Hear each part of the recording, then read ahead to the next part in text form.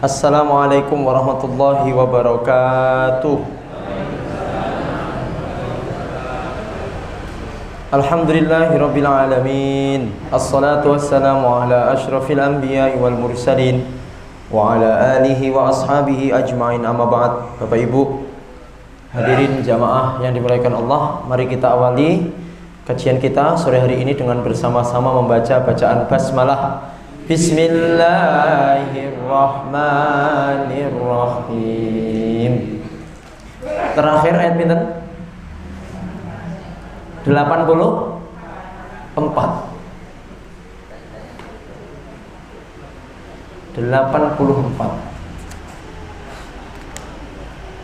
Oke, insyaallah malam hari ini kita khotaman.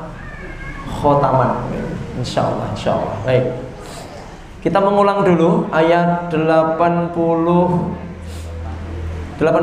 sampai 84. Moga silahkan kita mengulang ayat 80 sampai 84. Waluton dan Lut.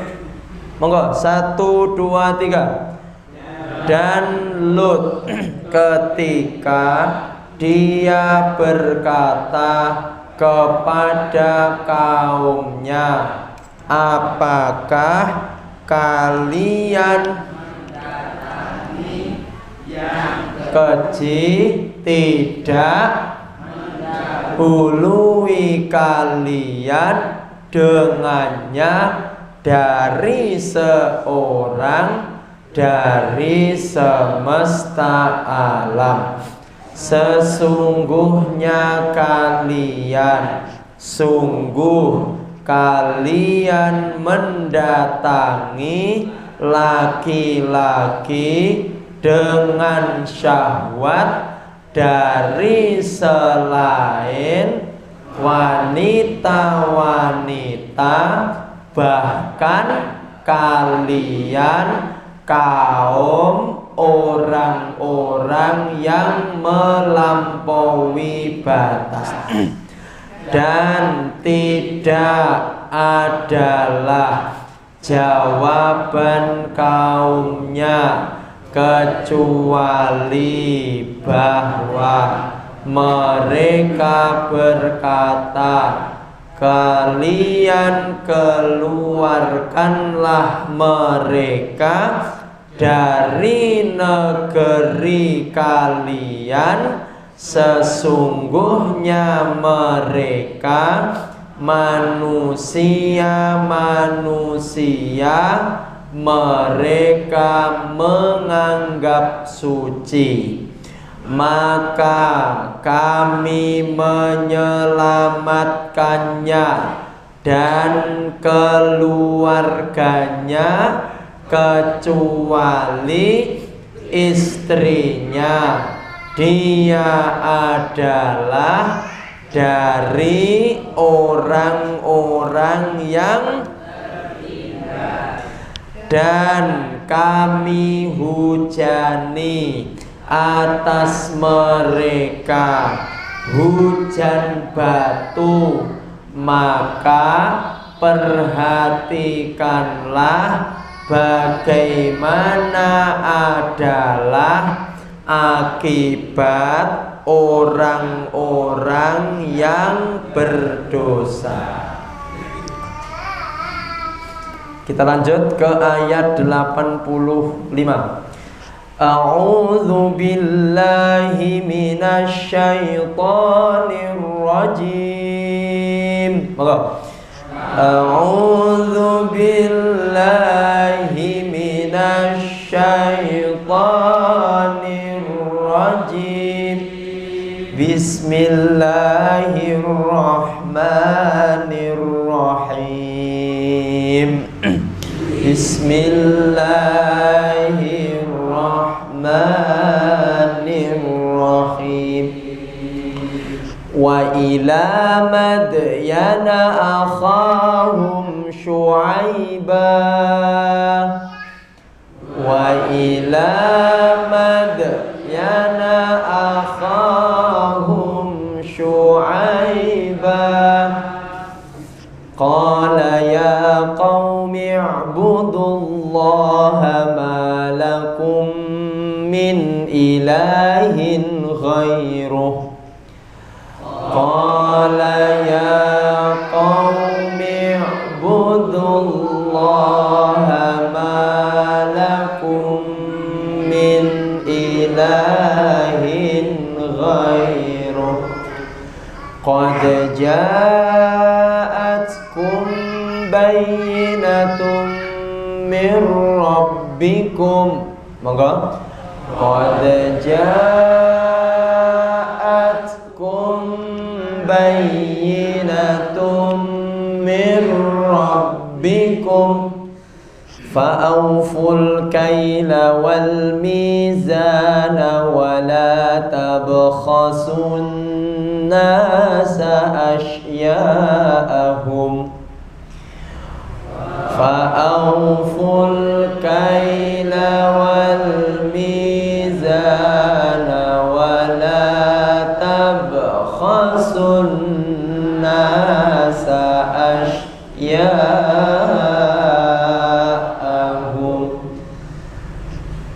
wa la tufsidu fil ardi ba'da islahiha ولا تفسدوا في الأرض بعد إصلاحها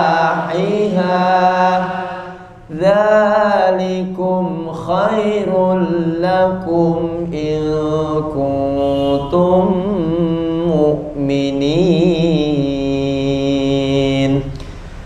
ذلكم خير لكم إن كنتم مؤمنين. ولا تقعدوا بكل صراط توعدون وتصدون عن سبيل الله من آمن به وتبغونها عوجا. ولا تقعدوا بكل صراط توعدون وتصدون عن سبيل الله من آمن به وتبغونها عوجا. واذكروا إذ كنتم قليلا فكثركم. واذكروا إذ كنتم قليلا فكثركم وانظروا كيف كان عاقبة المفسدين. وانظروا كيف كان عاقبة المفسدين. وإن كان طائفة منكم آمنوا بالذي أرسلت به وإن كان طائفة منكم آمنوا بالذي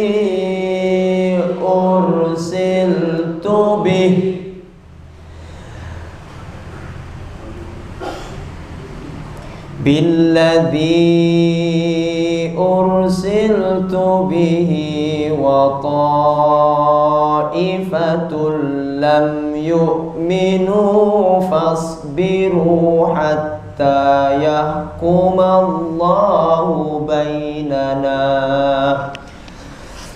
بالذي أرسلت به wa ta'ifatul lam yu'minu fasbiru hatta yahkumallahu bainana wa huwa khairul hakimin. Wa huwa khairul hakimin.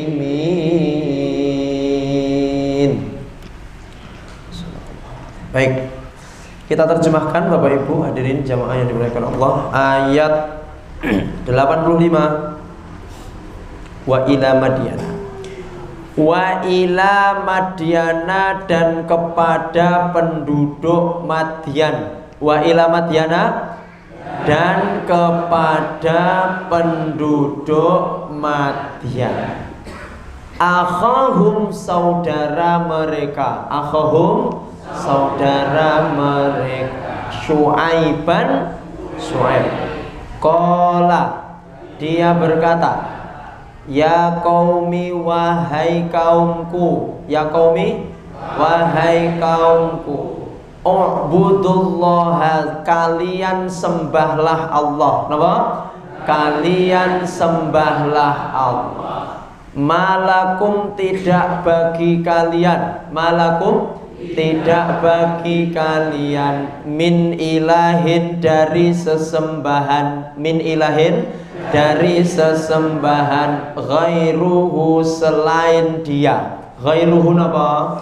Selain dia. Qad, sungguh, ja'atkum, datang kepada kalian.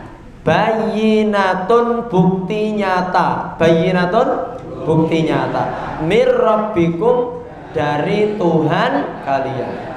Fa'aufu, maka kalian penuhilah. Fa'aufu apa?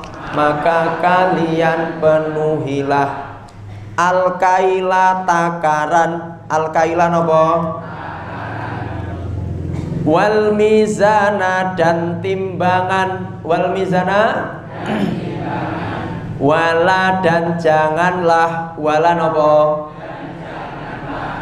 Tabkhosu, kalian mengurangi. Tabkhosu,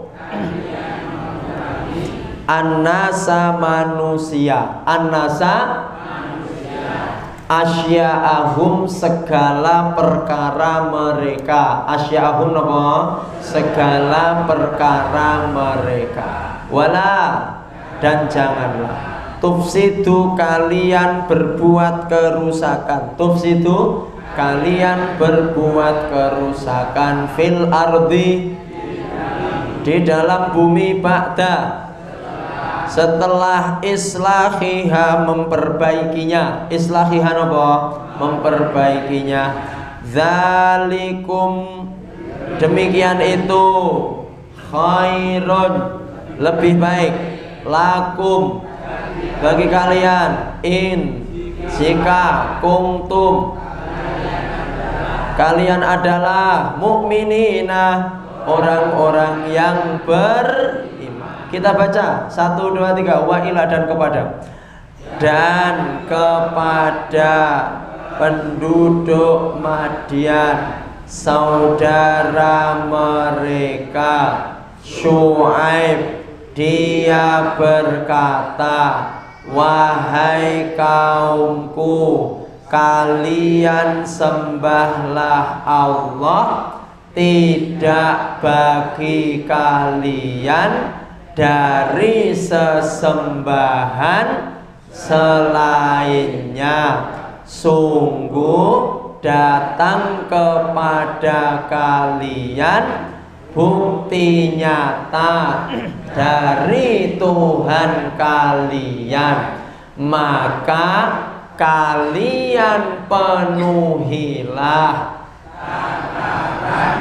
dan timbangan, dan janganlah kalian mengurangi manusia segala perkara mereka, dan janganlah kalian berbuat kerusakan di dalam bumi setelah memperbaikinya, demikian itu lebih baik bagi kalian jika kalian adalah orang-orang yang baik. Wala dan janganlah. Wala apa?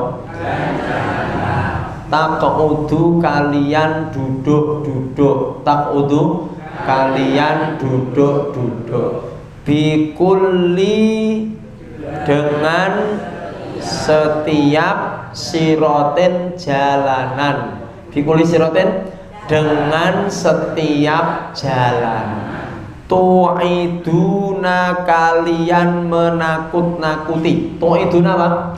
Kalian menakut-nakuti. Watasudduna dan kalian menghalangi. Watasudduna dan kalian menghalangi. Ansabilillah dari jalan Allah. Man siapa yang amanah beriman bihi dengannya.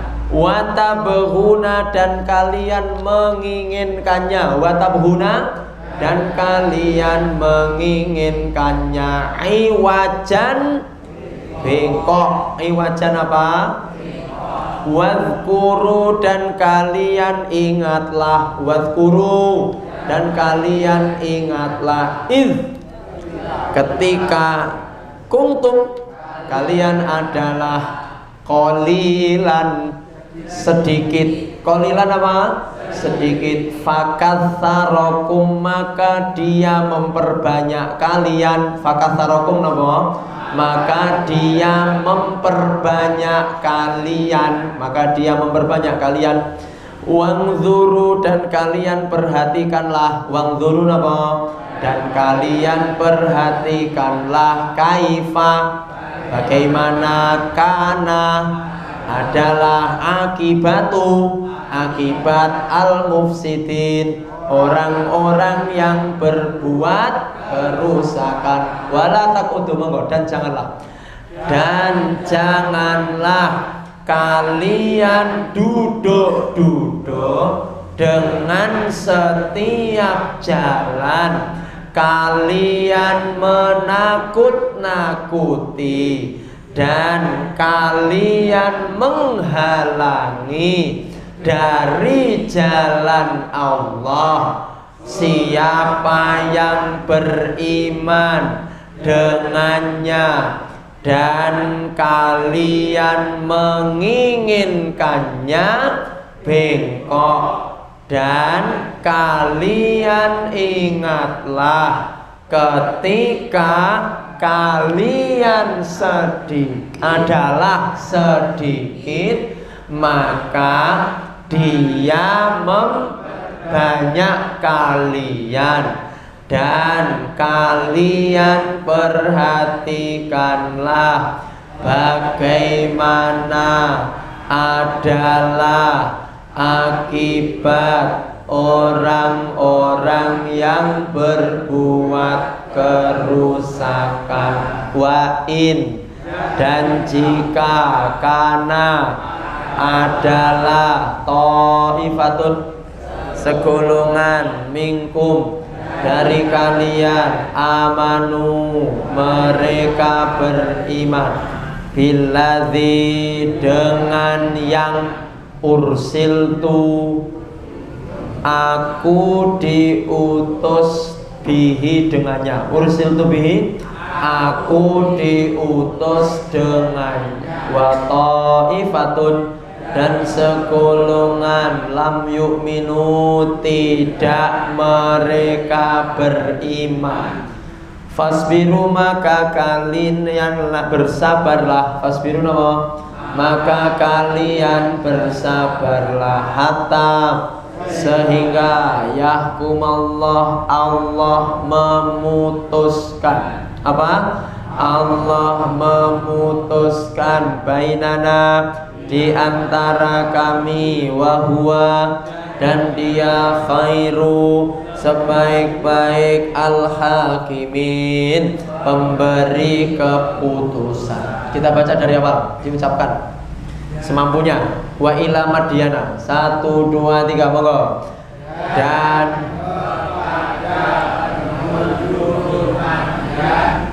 saudara mereka Suhaib, dia berkata, wahai kaumku, kalian sembahlah Allah, tidak bagi kalian dari sesembahan selainnya. Sungguh datang kepada kalian bukti nyata dari Tuhan kalian, maka kalian penuhilah takaran dan timbangan, dan janganlah kalian mengurangi manusia segala perkara mereka, dan janganlah kalian berbuat kerusakan di bulan bumi setelah memperbaikinya. Demikian itu lebih baik bagi kalian jika kalian adalah orang-orang yang beriman, dan janganlah kalian duduk-duduk dengan setiap jalan kalian menakut-nakuti dan kalian menghalangi dari jalan Allah siapa yang beriman dengannya, dan kalian menginginkannya bengkok. Dan kalian ingatlah ketika kalian adalah sedikit, maka Dia memperbanyak kalian, dan kalian perhatikanlah bagaimana adalah akibat orang-orang yang berbuat kerusakan.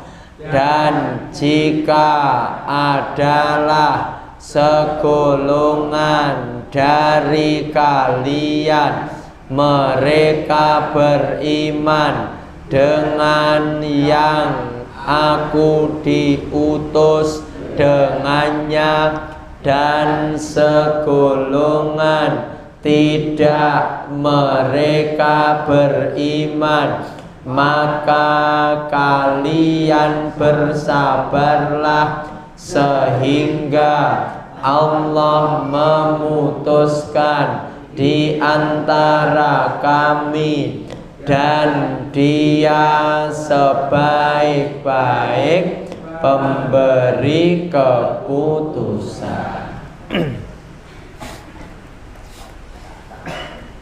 Baik, kita kembali ke ayat, ke tafsir nggih Bapak Ibu, keterangan ayat. Ayat pinten terakhir kalau ini? 27. Baik, baik. Sudah.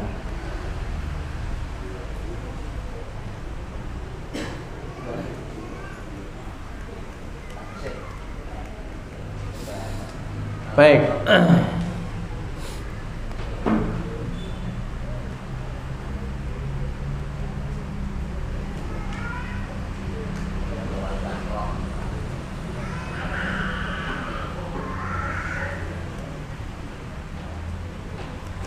Kita lanjutkan. Kemarin kita telah membahas tentang bagaimana kita membentengi diri kita dari masuknya setan ke dalam hati kita, sebagaimana kita membentengi masuknya virus ke dalam tubuh kita, hadirin yang dimuliakan Allah, dengan memperkuat faktor luar dan faktor dalam, faktor eksternal dan faktor internal. Faktor eksternal dengan cara kalau virus ya lockdown dan sebagainya, itu namanya faktor eksternal, faktor luar. Pilih teman-teman yang baik, pilih jamaah, komunitas, teman bergaul yang sama tujuannya, yang sama gaya hidupnya, yang sama tujuan kebaikannya itu, maka insya Allah itu termasuk cara eksternal. Jadi lek bergaul awake dhewe niki dengan orang baik niku padha karo orang yang melindungi dirinya dari virus dengan cara menutup pintu-pintu kemaksiatan yang datang. Tapi kalau bergaul kulon jenengan dengan orang-orang yang tidak baik, iku padha karo mempersilahkan keburukan masuk ke dalam diri kita. Dengan berteman dengan orang-orang yang baik, berarti padha karo awake dhewe niku membentengi diri kita dari hal-hal yang buruk. Faktor eksternal. Jenengan datang ngaji seperti ini kan berarti kan berkumpul dengan orang-orang soleh. Jenengan datang ke masjid untuk sholat jamaah berarti berkumpul dengan orang soleh. Itu padha karo melockdown diri jenengan dari hal-hal buruk yang akan masuk. Satu, faktor luar, faktor eksternal. Yang kedua, faktor internal. Kalau virus itu kita sudah menutup, gerbang desa sudah ditutup, pintu-pintu masuk ke tempat kita sudah kita tutup, tidak menerima tamu karena takut membawa virus, maka sama dengan kemudian faktor internal itu faktor kita sendiri. Wis ditutup tetapi kita sendiri imunitas kita tidak kuat, ya gampang kena virus. Kita sudah berteman dengan orang soleh, tapi mohon maaf, awake dhewe ora tau zikir, akidah kita lemah, iman kita lemah, itu juga akan menjadikan setan mudah sakjane kumpule kambek wong apik-apik Bapak Ibu. Kumpule kambek wong soleh-soleh, tapi dia sendiri ndak mau meningkatkan kualitas keimanannya. Ndak mau belajar maca Quran, kemudian pokoknya tidak mau meningkatkan kualitas agamanya. Niku berarti padha ae mempersilahkan setan masuk ke dalam diri. Jadi faktor luar juga harus diperkuat, dijogo. Faktor dalam dengan meningkatkan kualitas keilmuan, kualitas keimanan itu juga harus ditingkatkan. Ngoten kalau wingi kan ngoten. Baik. Kemudian kita lanjutkan ayat 28, wa idza fa'alu fahisyatan qalu wajadna 'alaihi aba'ana. Dan apabila mereka mengerjakan hal yang keji, mereka mengatakan kami mendapatkan ini yaitu dari bapak-bapak kami. Jadi ketika mereka berbuat kekejian itu, contohnya apa Bapak Ibu? Contohnya ketika tawaf, ketika orang-orang jahiliyah itu melaksanakan tawaf di Ka'bah. Orang-orang pada zaman itu, pada zaman jahiliyah itu, sebagian mereka tawaf dengan bertelanjang, tidak memakai sehelai kain pun, telanjang. Bahasa Arabnya uryanan, ya, telanjang bulat. Ketika ditegur, kamu kenapa kok tawafmu sambil telanjang? Mereka mengatakan apa? Mereka mengatakan wajadna 'alaiha aba'ana. Kami tawaf seperti ini karena kami mendapatkan bapak-bapak kami juga melakukan hal yang sama, yang serupa. Jadi ketika mereka ditegur, mereka mengatakan ini adalah warisan dari bapak kami. Padahal kul amara rabbi bil qisti. Padahal Bapak Ibu kalau kita lihat ayatnya, kul innallaha wallahu amarona biha, dan mereka mengatakan Allah juga memerintahkan terhadap hal-hal itu gitu. Mereka itu kalau ditegur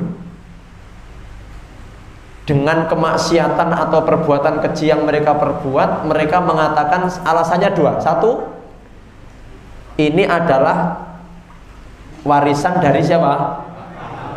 Bapak-bapak kami, nenek moyang. Sing nomor loro, ini perintah Allah. Ini perintah Allah. Dalilnya ndi? Wis to, pokoke sing penting ini perintah. Makanya kami pernah sampaikan gitu, Bapak. Orang yang sangat berbahaya itu, orang yang sangat berbahaya itu adalah ketika ada orang yang tidak berilmu alias orang yang bodoh tetapi dia diikuti banyak orang. Orang yang bodoh, orang yang tidak berilmu tapi diikuti banyak. Kenapa? Karena dia ahli ibadah.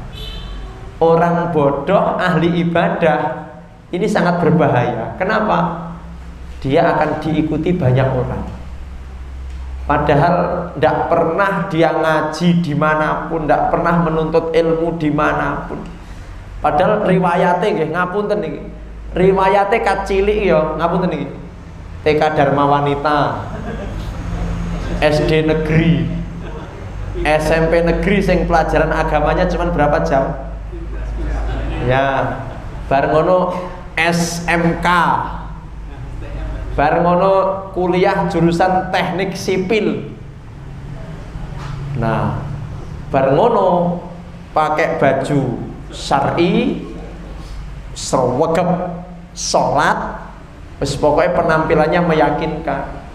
Kemudian tidak pernah ngaji. Ini kita berbicara kalau kuliahnya teknik, kuliahnya jurusan umum, tapi kalau dia masih sering ngaji, berarti kan bisa dipertanggung. Coba, kalau dia tidak pernah menuntut ilmu agama terus ujuk-ujuk mohon maaf menyampaikan agama, ini kan bahaya Bapak Ibu. Kenapa?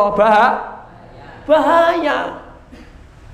Karena ilmu agama ini ilmu yang paling penting dalam kehidupan manusia. Wong kita yang ngajar matematika rawani lek ra. Kalau kita sendiri bukan sarjana matematika. Orang itu ditawari, ngulang matematika. Dia sarjana bahasa Indonesia, mundur Pak. Ngulang SMA, matematika, padahal dia sarjana bahasa Indonesia. Dosen di jurusan Fakultas Pendidikan ngajar matematika, padahal dia sendiri jurusan syariah. Rawani, kenapa? Ya wedi lek blocokne wong. Tetapi sekarang banyak sekali orang yang tidak pernah punya riwayat belajar agama tapi wani menyampaikan ilmu agama. Kalau cuma sekedar mengajak itu tidak masalah. Tapi kalau sampai menyampaikan, maaf Bapak Ibu, menyampaikan hal-hal yang bersifat ya di forum-forum resmi, ini sangat berbahaya. Makanya sekarang jenengan banyak melihat ada orang-orang yang mohon maaf pemahamannya keras banget. Mohon maaf nih, pemahaman keras itu sebenarnya adalah lahir dari sempitnya wawasan. Orang itu kalau wawasannya semakin luas, apalagi dalam hal beragama, dia akan berlapang dada Pak. Kalau ada melihat yang lain yang tidak sama dengan dia akan berlapang, tidak gampang nyalah nih. Tidak gampang nyalah nih. Jenengan kalau menemukan orang gampang salah kui, padahal ini masalah khilafiyah, masalah cabang, berarti wawasannya kurang luas. Makanya saya sampaikan di beberapa tempat, awake dhewe iki lek iso munyer mulek ya aja mek ning Kelutan dan sekitarnya. Ya lek iso ki aja endi ngoten. Jok Cina ya ora apa-apa. Oh ndelok wong Cina ki Islame piye to? Di daerah mana? Ya situlah ning Cina ki wonten Islame. Kita juga nanti umpamanya ke Arab, ke Maroko yang tidak jadi final itu. kalah ning gone semifinal. Sehingga kita bisa melihat perbedaan, Pak. Sakniki ngeten nggih, jenengan maaf ini.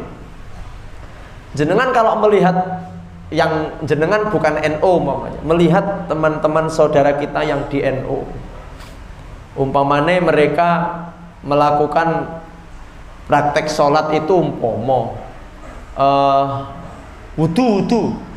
Ketika wudu mereka kadang-kadang hanya ketune mek dideglak netok, bar ngono mek diusap ngeten. Kadang-kadang kita mengatakan, itu kleru. Wudu kok ngawur. Ternyata memang padahal ada ulama yang berpendapat bahwa wudu itu tidak harus mengusap seluruh rambut kepala, tetapi cukup mengusap bagian kecil dari rambut atau kepala kita. Loh, itu kata siapa? Apakah Rasulullah mengatakan demikian? Bukan hanya Rasul. Al-Quran pun mengatakan, ayatnya wamsahu biru'usikum, usaplah bi ru'usikum, usaplah bi ru'usikum. Bi napa? Biru'usikum. Coba kita perhatikan Bapak Ibu.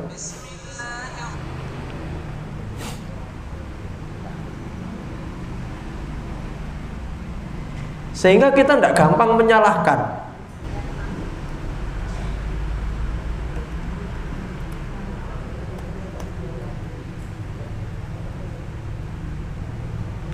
Kalau Bapak Ibu melihat ayat 6 surat Al-Maidah, ini adalah dalil wajibnya wudu.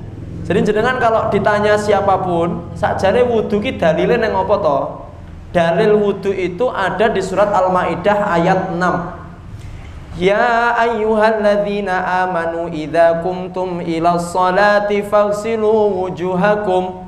Wahai orang-orang yang beriman, apabila kalian hendak mengerjakan salat, maka faghsilu wujuhakum, basuhlah wajahmu, wa aydiyakum, dan basuhlah tanganmu, ilal marofiki, sampai setelah itu apa? Wamsahu biru'usikum. Bapak Ibu, gara-gara kalimat ini para ulama berbeda pemahaman di dalam melaksanakan praktek mengusap kepala. Ada yang mengusap seluruh kepala, ada yang mengusap sebagian kepala, dan ada yang mengusap sebagian kecil kepala. Makanya kalau yang mengatakan berpendapat bahwa yang diusap seluruh kepala, berarti kalimat bi ini podo karo ndek enek asline wamsahu ru'usakum, ndak ada binya. Binya ini hanya sebagai aslinya wamsahu biru'usikum, artinya apa? Usaplah seluruh kepala kalian. Berarti ulama yang memandang bahwa bi ini adalah tambahan saja, tidak bermakna, berarti dia wajib bagi orang yang wudu untuk mengusap apa? Seluruh kepala. Lek sampai tidak seluruh kepala, maka wudunya tidak sah. Sementara ulama yang lain mengatakan, Imam Syafi'i, Imam Abu Hanifah mengatakan bi ini bukan tambahan, tapi bi itu punya makna. Artinya apa? Makna dari bi itu adalah ba'di, sebagian. Jadi artinya aslinya ayat ini, dan usaplah sebagian kepala kalian. Nah, ini usul fikih Bapak Ibu. Ini ilmu usul fikih. Makanya jenengan kalau melihat pengikut mazhab Hanafi, pengikut mazhab Syafi'i, itu kalau wudu kepalanya tidak diusap semuanya, tetapi cukup kalau Hanafi diusap separuh, Pak. Tapi kalau mazhab Imam Syafi'i itu hanya di sini saja sah. Tapi semua ulama fikih sepakat bahwa mengusap seluruh kepala itu adalah sah. Kata Imam Maliki, mengusap seluruh kepala sah. Menurut Imam Syafi'i, mengusap seluruh kepala juga. Tetapi kata Imam Syafi'i, pomo ras sekabehane sirah ya ora apa-apa. Pomo mek pucuk rambut tok ya ora apa. Kata Imam Abu Hanifah, pomo ra kabeh ya ora. Lek kabeh piye? Lek kabeh ya apik. Kata Imam Syafi'i, lek sedaya pripun Imam? Ya apik. Tapi umpama ra iso kabeh, pucuke tok ra apa-apa. Kata Imam Abu Hanifah, separuh ra apa-apa. Tapi kata Imam Malik, harus semuanya. Ini Bapak Ibu, mereka sepakat bahwa mengusap seluruh boleh, tetapi Imam Syafi'i berpendapat segini aja boleh. Makanya kalau jenengan melihat saudara-saudara kita Nahdliyin, Nahdlatul Ulama, teman-teman NU itu, ya kadang-kadang wudunya ya hanya begini saja, ketune rasah dicantolnya tapi mek dingenekne tok ngeten, itu sudah sah. Karena Imam Syafi'i mengartikan biru usikum ini adalah dengan sebagian. Sebagiannya ada dua, sebagian besar dan sebagian kecil. Imam Syafi'i sebagian kecil rapopo. Tapi ketika ditanya bagaimana kalau mengusap seluruh kepala, Imam Syafi'i boleh, Makanya kalau di majelis tarjih Muhammadiyah itu lebih cenderung ke pendapatnya Imam Malik. Kalau di Muhammadiyah lebih cenderung ke Imam Malik. Kenapa? Karena kalau mengusap seluruh kepala itu lebih hati-hati, lebih berhati-hati. Kayak engkau sanune, ngoten loh. Nah, makanya kalau jenengan melihat Bapak Ibu, majelis tarjih itu tidak menganut satu imam tertentu. Muhammadiyah itu kadang-kadang ya podo karo pendapatnya Imam Malik seperti mengusap kepala. Kadang-kadang podo kambek pendapatnya Imam Abu Hanifah masalah kunut subuh. Imam Malik subuhan lek kunut, kunutan lek subuh kualik. Imam Malik niku lek salat subuh kunut. Kadang-kadang Muhammadiyah itu kok koyok pendapatnya Imam Malik ya dalam urusan mengusap. Tapi Muhammadiyah tidak setuju dengan pendapat Imam Malik pada masalah kunut. Karena Imam Malik itu kalau subuh kunut, termasuk mazhab Imam Malik kalau subuh kunut. Cuman kunutnya mazhab Maliki itu sebelum ruko Bapak Ibu. Jadi umpamanya bar maca surat badhe ruko niku Allahumma hdini fiman. Kalau dalam urusan kunut, pendapat Muhammadiyah itu mirip dengan pendapatnya Imam Hanafi dan Imam Hambali. Makanya jenengan tidak heran kalau di Mekah Madinah tidak pakai bukan berarti imamnya Muhammadiyah. Imamnya masjid Madinah karo Mekah Muhammadiyah. Itu karena mereka menganut mazhab Hambali. Mazhab Hambali ini menjadi mazhab resmi di Saudi. Bagi jamaah Trenggalek sing fanatik Muhammadiyah, loan Mekah Muhammadiyah lho, ngoten to. Akhirnya sing eno pegel, subuh ranggae kunut anggur salat nang wonten Pak Bu, ada teman itu yang memang ingin pakai kunut, akhirnya munyer golek masjid sak Mekah. Ya akhirnya rasubuhan akhirnya, wong golek sampai terang ora enek ya sing gawe kunut karena tidak boleh. Di Mekah Madinah itu tidak boleh pakai kunut. Kok sampai imamnya pakai kunut dipecat dari imam? Iya. Di sana itu begitu. Di sana di Mekah Madinah itu wajib seluruh imam masjid harus pakai mazhab Hambali. Domongnya Indonesia ini penak-penak ya. Coba kalau di Indonesia ini wajib seluruh masjid subuhan semuanya. Muhammadiyah bubar Bapak Ibu. Hari raya harus mengikuti pemerintah, buyar Muhammadiyah. Makanya di Indonesia ini luar biasa. Sangat-sangat pemerintahnya toleransi sekali, Pak. Nggih to? Arep bodo ya sing dhisik, sing penting aja ngelokne sing keri, aja ngiming-ngiming sing bodo keri, bodo dhisik. Wah, open house. Open bagi orang-orang yang haus.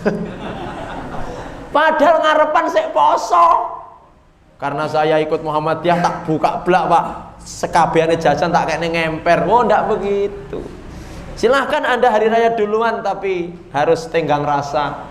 Harus menghormati yang belum hari raya, yang masih puasa. Masya Allah, kita ini beruntung Pak. Awalnya dek lek neng Saudi, ya memang lek neng Saudi so ben tahun munggah kaji, tapi lek duit. Loh, mahal loh Bapak Ibu. Jenengan masih penduduk Saudi. Kalau mau haji umrah itu mahal. Indonesia iki penak-penake munggah kaji disubsidi awake dhewe, Pak. Asline awake dhewe lek pomo munggah kaji bayar cash mboten disubsidi, kuwi yo iso nyampe atusan juta itu, Pak. Iya, kayak plus itu. Karena enggak tahu itu subsidi apa modelnya, saya enggak, wallahu a'lam bissawab. Orang-orang dari Mesir itu, Pak, padahal numpak pesawat mek 2 jam. Mek 2 jam numpak pesawat. Jenengan dari sini 10 jam. 8 sampai 10 jam. Bayarnya mek 30. Pinten? Zamane Pak Romlan pinten?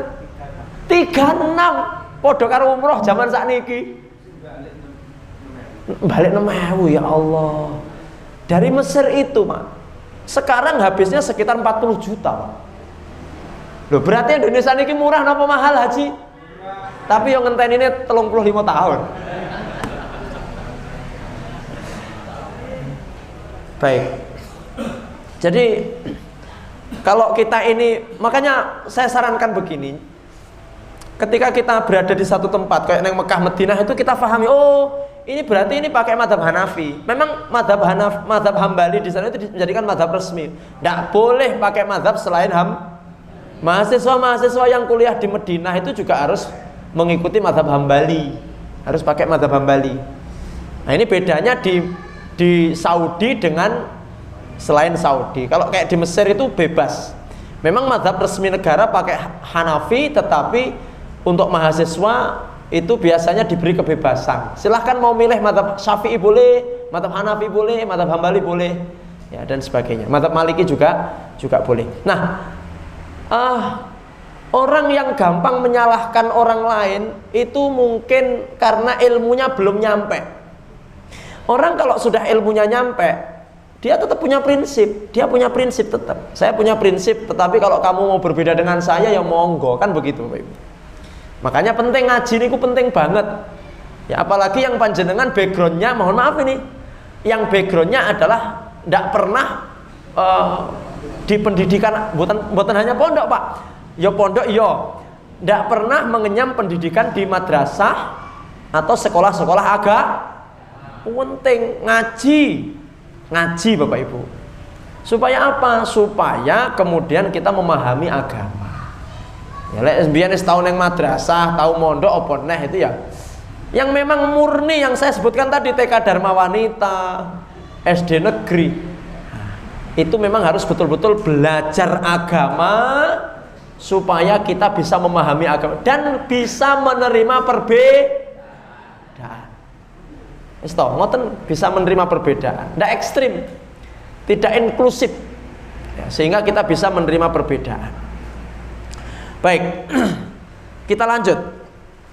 Sampai mana tadi? Nah, jadi yang pertama, ketika mereka itu mengerjakan sebuah ritual, mereka mengatakan ini warisan dari orang tua nenek moyang kami, dan yang kedua Allah memerintahkan kami. Dikitakoni dalile gak ngerti. Yang penting Allah. Lek bapakku nglakoni mesti bener. Mohon maaf, Bapak Ibu ada ndak yang sampai saat ini melakukan ritual yang dilakukan oleh orang tua jenengan?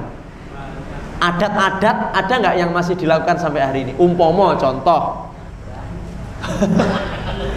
Nah, contoh piton-piton umpamanya. Piton-piton itu sebelum lahir apa setelah lahir, Pak? Punya anak umur 7 bulan, ada nggak di antara panjenengan sing sik dipitoni? Enek orang ngaku isin karo koncone. Baik. Kalau kami melihat acara seperti piton-piton ini memang itu warisan mbah-mbah. Nggih toh? Sekarang saya mau tanya, bagaimana kalau bayi yang lahir setelah 7 bulan mboten dipitoni? Kira-kira bayinya selamat napa mboten? Sehat napa mboten? Sehat. Apakah kalau ndak dipitoni terus sakit? Tidak. Mboten nggih? Sepakat nggih? Baik. Berarti memang terus apa niat piton-piton itu? Kenapa, Pak? Menghormati orang tua. Pertanyaannya, apakah menghormati orang tua harus dengan piton-piton? Nah, jadi begini Pak, jadi begini, coba kita perhatikan. Pak Anang, apakah salah ketika ada orang melaksanakan acara piton-piton? Begini Pak, coba Bapak Ibu, coba kita bahas pelan-pelan. Di dalam agama, kewajiban orang tua kepada anak itu yang paling utama adalah apa? Bapak, apa kewajiban bapak sebagai orang tua kepada anak putra putri jenengan? Menafkahi toh? Menafkahi, terus memberikan nafkah pendidikan. Itu yang paling utama. Sekarang pertanyaannya, apakah piton-piton itu termasuk bagian dari pendidikan anak? Dikurungi kurungan pitik ngono kae. Terus dicekelin apa? Baik. Maksudnya apa? Kalau memang itu kita ndak tahu apa tujuannya, nggih nyun sewu. Awake dhewe ora ngerti, terus ngono ki ge nyapa? Alah mbuh, sing penting yang mbahku kon ngono. Itu berarti Bapak Ibu, kita ini melakukan sebuah israf, atau kalau rodok banter titik namanya tabdzir. Apa Bapak Ibu? Tabdzir. Oke lah, kita tidak masukkan itu ke dalam kemusyrikan. Oke, kebanteran lek ngomong kui musyrik. Tetapi paling tidak kita melakukan perkara yang sia-sia. Perkara yang sia-sia. Kan eman-eman. Apakah ada hubungan antara piton-piton dengan kesolehan pada anak? Weh, tidak. Apakah ada hubungan piton-piton dengan kebaktian anak kepada orang tua? Dalam Islam, ingat, lek urusan ngono ki ade manut Islam mawon. Apa yang dianjurkan Islam setelah anak lahir? Tiga ini. Pokoknya rasa ngelakoni liya-liyane, lek telu iki rung dilakoni, dan tiga ini yang dianjurkan. Lek ngelakoni selain tiga ini berarti awake dhewe melakukan satu, yudbahu anhu yaumas sabi, sembelihkan kambing di hari yang wes kuwi. Ora sah mbleh pitik, ora sah mbleh mentok, ya cukup sembelih apa? Kadang-kadang di desa itu 3 dino blehne pitik, 5 dino blehne pitik, malah 7 dinone ra diblehne wedhus. Ini kan mohon maaf, lho nyang opo? Ini ki brokoan Pak. Namanya brokoan Pak.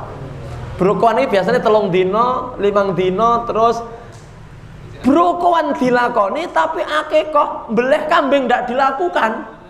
Nah, inilah yang pentingnya ngaji, pentingnya menuntut Saya tidak sampai mengatakan itu musyrik, enggak. Tapi ndak yo eman-eman Pak. Eman-eman awake dhewe ngetokne duit oke untuk sebuah ya Pak, kan sing diundang mulih nggawa berkat Pak Ustaz. Ya kuwi nek manfaate didik lah. Tapi untuk bayi apa? Apa untuk bayi? Baik.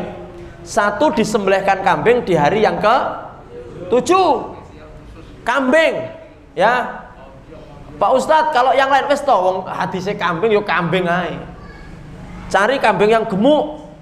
Kambing gemuk sik enom, dagingnya mesakne undangane pun sami ompong. Nek kambingnya poel sepuh bahaya. Kambing muda, makanya sekarang banyak warung sate kambing. Iya, serasa mamah karek ngulu, kolu. Jadi itu yang pertama. Sembelihkan kambing yang paling utama di hari yang ke-7. Lek ngerti ilmune, dia akan betul-betul target pokoknya hari ke-7, tidak boleh lebih. Lek ngerti ilmune. Kenapa?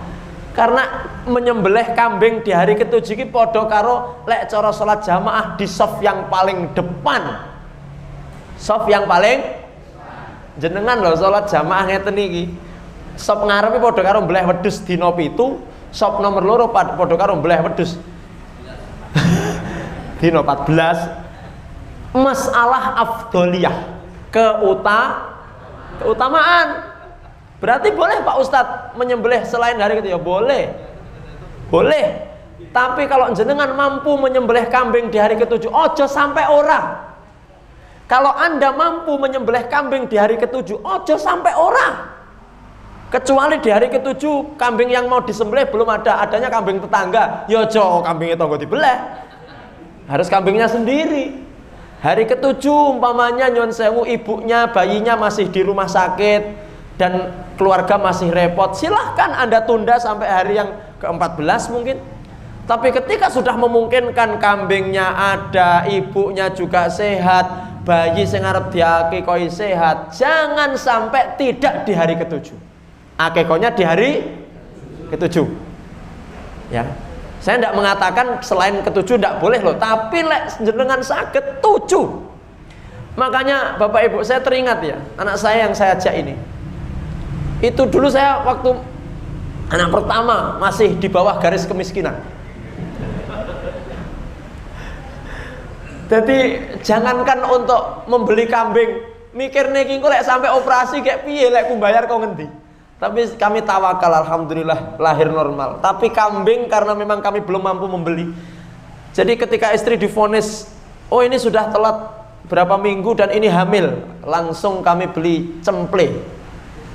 Yo cemple jogo-jogo lah, cemple kalih lah, sapa ngerti anake lanang kan. Ternyata ya alhamdulillah lanang tenanan. Alhamdulillah Bapak Ibu, cemple yang kami pelihara selama 9 bulan itu, ya pas akikoh yes pantes lah dibeleh. Pemurate lemu ya maklum wong triya sing akikoh di bawah garis kemiskinan. Tapi kami ingin di hari yang ke-7 aja sampai bleset dari hari yang ke-7. Alhamdulillah Allah memudahkan, di hari yang ke-7 kami akikoh. Akikoh di hari yang ke-7. Makanya apalagi yang panjenengan sudah diberikan nikmat, diberikan rezeki. Pak, apa boleh mbahnya yang boleh? Wong mbah ki kaya bapake, wis ngerti bapake rong nyambut gaene rong jelas. Rong tak duwe mbae. Wis to tenang. Pokoke tak ubor rampene tak cukupi kabeh. Wedhuse, terope, sak lek nyangoni mubaleke. Wis tanggung jawab bapak. Baik, ndak masalah. Sing penting dina 7. Apa yang pertama? Fokus untuk menyembelihkan kambing di hari yang ke-7, Pak, Bu. Yang kedua, niki lek manut agama lho ya, mboten manut mbah lho ya. Lek manut mbah blene pitik. Blene pitik kene ingkung ngoten. Niku mubadir, ndek enek kuwi engko pengaruh nyang anak ora enek. Sing nomor kalih, yutbahu anhu yaumas sabi wa yukhlaqu ra'suhu. Maka setelah bayi lahir dipotong rambutnya. Ojo sampai bayi lahir tidak dipotong rambutnya. Dadine kaya awake dhewe besok lek dipotong rambutnya. Malih penyakitan, gampang sakit.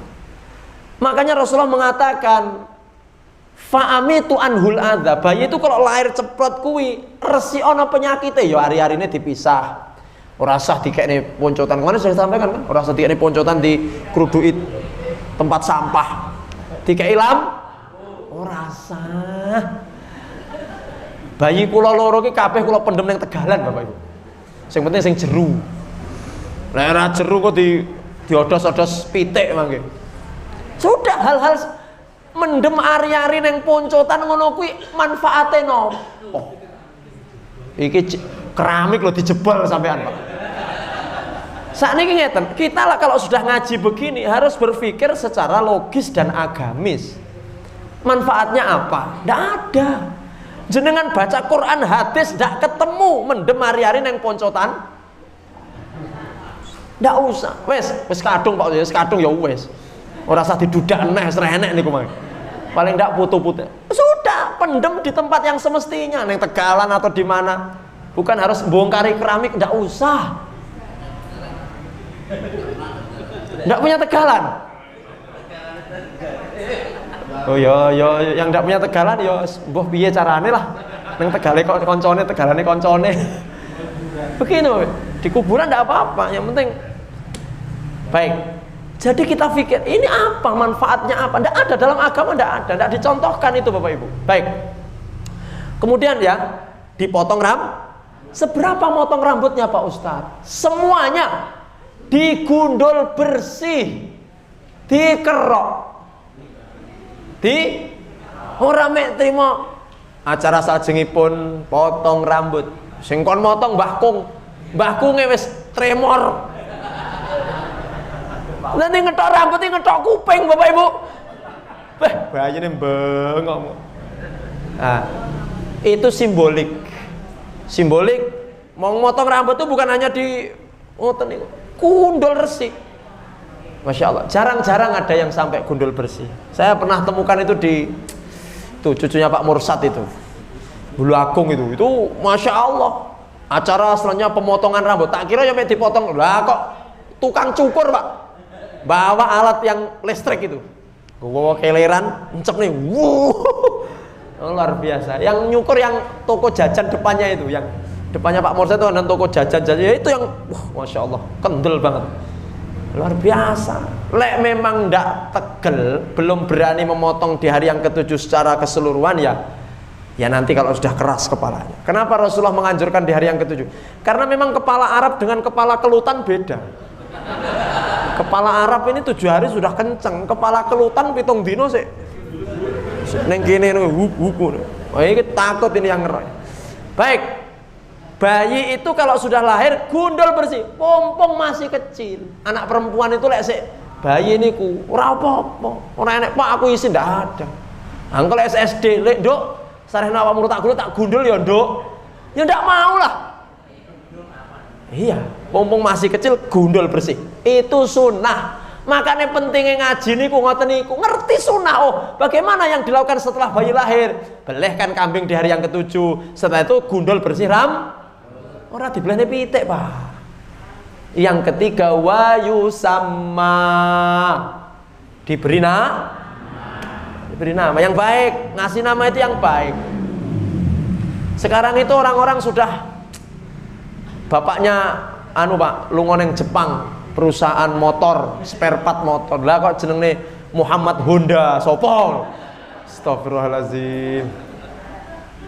Namakan anak-anak kita dengan nama yang baik. Syukur-syukur kalau nama Nabi Muhammad SAW, Muhammad, Ahmad, Hamid, Hamdan, Hamid, Hamdun, Mahmud, saya atau nama-nama Nabi yang lain, monggo silahkan yang terbaik.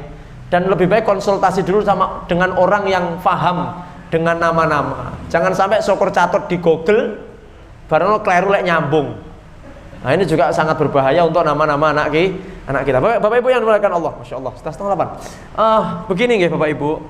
Jadi mari kita lebih cerdas lagi di dalam apa? Di dalam menyikapi ritual-ritual yang diwariskan oleh nenek moyang kita. Wes, sitok neh lah, saurung kita tutup iki. Kematian barang ngono kuwi. Asline wong ki lek ngerti ilmune, babakan kematian ki sederhana. Ora sah butuh duit oke, rasah ragate rasah oke. Simpel saja. Wong kematian itu yang penting 1, 2. Iki yang penting. Setelah talkinnya saurunge ninggal, ya toh? Makanya kalau ada orang tua yang sudah sakaratul maut, ojo mbok tinggal, jangan ditinggal, dituntun. Serepot apapun jenengan, bertugas dimanapun, kalau orang tua kelihatannya sudah mendekati ajal, tunggonono. Penting dinyambut gawe jenengan kalih nunggoni orang tua di akhir hayatnya. Ya penting nunggoni wong tua di akhir hayat, tunggoni. Saja elek. Piye tandane orang mau meninggal itu apa, Pak? Napa? Telingane pun mengkeret ngoten nggih. Pun nemplek ngoten. Wallahu alam. Nenek saya tuh telinganya sudah nemplek ya sampai sekarang masih hidup. Sampai saya ya Allah pas di rumah sakit kemarin itu ininya lidahnya sudah ketarik ke dalam, ininya sudah begini. Kata orang, wah ini semeh, wis semeh. Sampai teman-teman, Ustadz ngaji, mboten nenek saya sudah sakaratul maut. Waktu itu ternyata sampai sekarang masih hidup, Bapak Ibu. Kita ini tidak tahu orang itu mau meninggal kapan, tidak tahu. Makanya jangan sok. Saya langsung astagfirullah. Lah kok aku wani ngarani nenek saya sakaratul maut ki memang karena kasihan sekali sudah. Sekarang alhamdulillah sehat, tetapi nggih ya begitu. Makan minumnya melalui selang lewat hidung. Stabil keadaannya, alhamdulillah stabil. Baik, kematian itu ditalkin sebelum meninggal, ditalkin, ditunggoni. Bareng ngono kalau sudah meninggal dimandikan, dikafani, disolatkan. Nah, iki sing kebanyakan wong-wong lali. Jangan membagi warisan sebelum dua perkara dilakukan. Satu, utang dibayarkan, wasiat dilaksanakan. Haram ngedum waris lek sing sedo niku sik duwe utang. Haram ngedum waris kalau yang meninggal masih punya wasiat yang belum dilaksanakan. Lah kok ternyata nggih nyaur utang bondone telas, berarti ya resiko ahli waris tidak dapat warisan. Ora oleh apa? Lah piye tre bapakmu utange akeh? Nggih apa? Ya nggih nyekolahne sampean. Akhirnya ra nampa apa-apa. Wasiat tidak boleh lebih dari sepertiga. Tidak boleh mewasiatkan semua harta, tidak boleh. Maksimal Jadi awake dhewe saja. Bagaimana cara anak mendoakan orang tua? Simpel saja. Anak nggih, anak kandung doakan orang tua. Kapan Pak Anang? Antara adzan dan iqomat. Adzan kalih qomat niku nyuwun ya Allah, bapak kula mbiyen ra tek salat ya Allah. Bapak kula mbiyen ra tek iso maca Quran ya Allah. Bapak kula mbiyen mlecinge ra umum ya Allah. Jenengan ngapura dosa-dosane. Bisa jadi dengan itu Allah akan ringankan siksanya. Bisa jadi karena doa anak yang soleh itu mustajab banget. Kapan lagi Pak Anang? Ketika tahajud. Kapan lagi Pak? Kapan lagi yuk? Di sujud terakhir dalam sholat. Masya Allah, doa nih ketika puasa, ketika jenengan sedang sakit, ketika sedang sedih, doakan di saat-saat mustajab.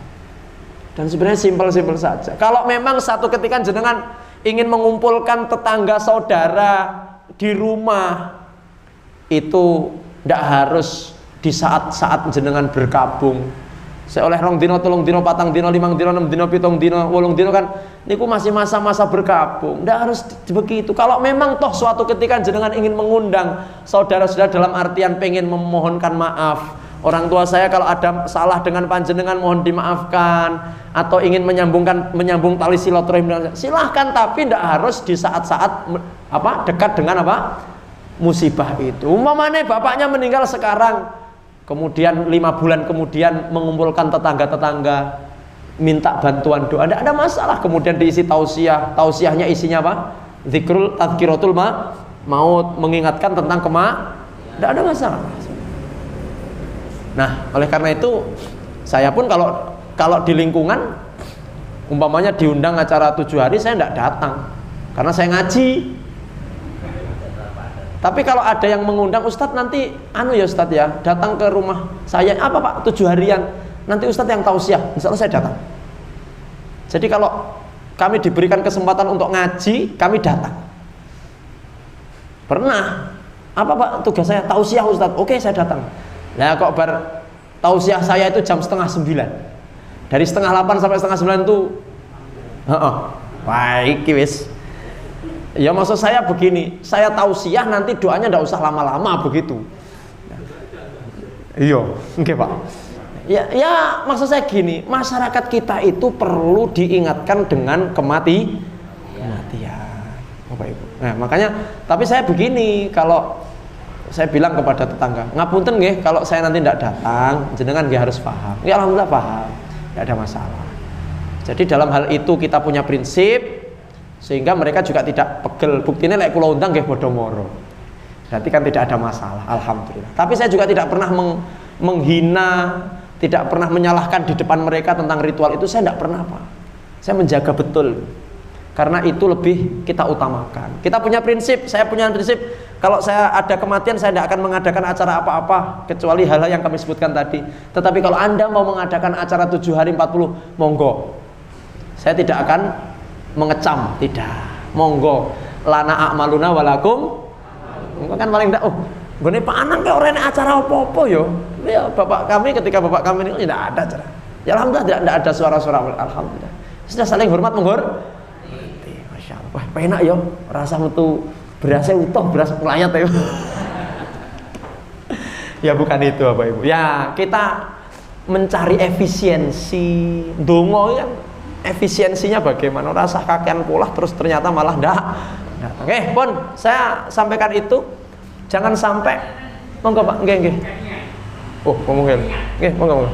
Tadi kaitannya dengan simbol tadi ya, jadi anak-anak tadi itu ada yang ditimbang rambutnya jadi kemudian apa namanya dibuktikan. Baik. Baik. Nggih. Dalilnya Baik. Nggih, wonten Pak, dalilnya sahih juga. Jadi rambut ya, mohon maaf saya lupa tadi. Rambut bayi yang dipotong itu ditimbang nanti dikeruskan dengan perak, Pak, bukan emas. Perak, nggih. Jadi kalau beratnya 5 gram umpamanya, ada rambut sampai 5 gram. Terus pokoknya makanya kalau pas akikah dipotong krek ini nimbang piye? Dipotong secara keseluruhan, ditimbang, nanti beratnya dikeruskan dengan harga perak terus disedekah. Ada satu lagi yang saya lupa Bapak Ibu tentang masalah tahnik. Tahnik itu ngeten.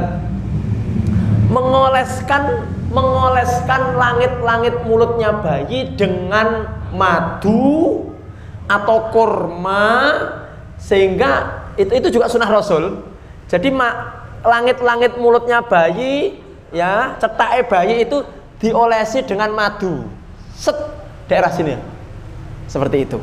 Itu namanya Ayo sinten sing bayine dereng di ngoten niki? Heeh, pun umur pinten bayine, Pak? 26 tahun. Bayi gede, Pak ya.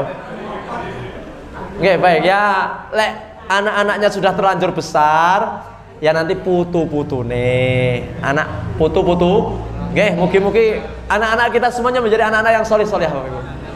Cucu-cucu kita, keturunan kita semuanya menjadi anak-anak yang soleh-solehah. Amin ya rabbal. Belajar ben awake dhewe ora mek gampang elok. Tapi ingat loh ya Bapak Ibu, ingat. Kita punya prinsip. Tapi kalau ada orang bersikeras dengan keyakinan ya sono ae. Kita berdakwah dengan memberi contoh. Masalahnya jenengan lok nih, sampai kiamat ndak akan diikuti jenengan. Nah, kita pelan-pelan. Engko lek wis umpama lek wis kesempatannya pas, kono wayah butuh duit, kayak moro yang dalamnya jenengan njaluk utangan ya. Golek utangan, engko jenengan utangi karo diomongi lirih. Nah, ngono lho. Utang arep nggih apa? Arep nggih anu. Teko alon-alon. Nah, segitulah ya. Baik. Saya kira itu Bapak Ibu, semoga bermanfaat. Nggih Bu, nggih. Terakhir. Diusahakan di hari yang ke-7, waktu akikah. Nggih? Waktu akikah. Nggih. Baik, saya kira demikian. Kita akhiri Bapak Ibu kajian kita malam hari ini dengan membaca doa kafaratul majlis. Subhanakallah hamdika asyhadu an la ilaha illa anta astaghfiruka wa atubu ilaik walhamdulillahirabbil alamin. Bertemu lagi insyaallah di kesempatan yang datang. Billahi taufik wal hidayah. Assalamualaikum warahmatullahi wabarakatuh.